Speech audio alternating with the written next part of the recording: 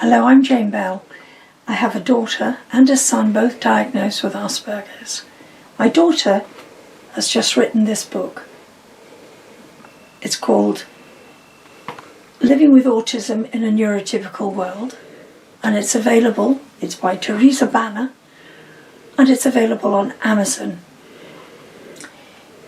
I just wish I'd have known some of the stuff that she's put in there as our children were growing up 25 years ago, when my son's journey was beginning. My son was at primary school, aged 5, and my daughter 3. And we used to go weekly to a hospital for occupational therapy for my son, where I met a very good friend whose child was there. So we were sitting at the beginning of our journey with children 3, 4, 5, worried, dreadfully worried about what the future would bring. Of course, at that time, we didn't know Teresa had autism. That wasn't diagnosed until she was 18 years old. These 3 children, 25 years later, have all been proved successful. My friend's child has a BA master's degree in history. My son is living independently with a little support, coaching football, having been to college, and holds a part-time job in security. My daughter is now married happily and has been working for 4 years with non-verbal communicating autistic adults. She's been working for the society for 4+ years now, and has done a great deal of research and has a huge amount of practical experience of both living with and looking after those with autistic tendencies.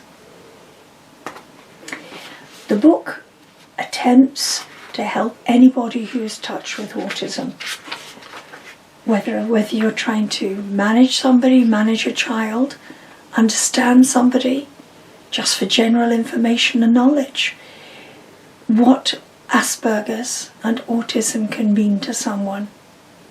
My hairdresser yesterday said it's taken 15 years for one of her clients to ask her not to put her hand on his shoulder as she's cutting his hair, because he has Asperger's, doesn't like being touched, but never had the courage to tell her, which is quite sad.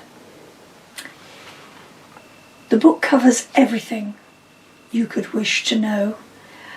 It's about autism, about the diagnosis, the process, how the medical profession treated her, and not sometimes through her journey, stereotyping, development, childhood, meltdowns. I wish I'd known about meltdowns and how they can affect someone with autism tendencies.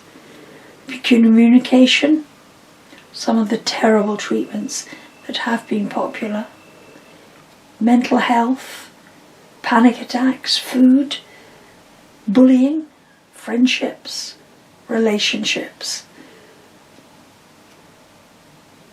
and family life. I do recommend it to you. I do recommend it's an easy read, not terribly long, but it does give you a huge amount of information, parts of which may apply to the person or the people that you associate and are in contact with. Autism is a huge spectrum, and it has a wide-ranging effect. Nobody, like the rest of us, is the same.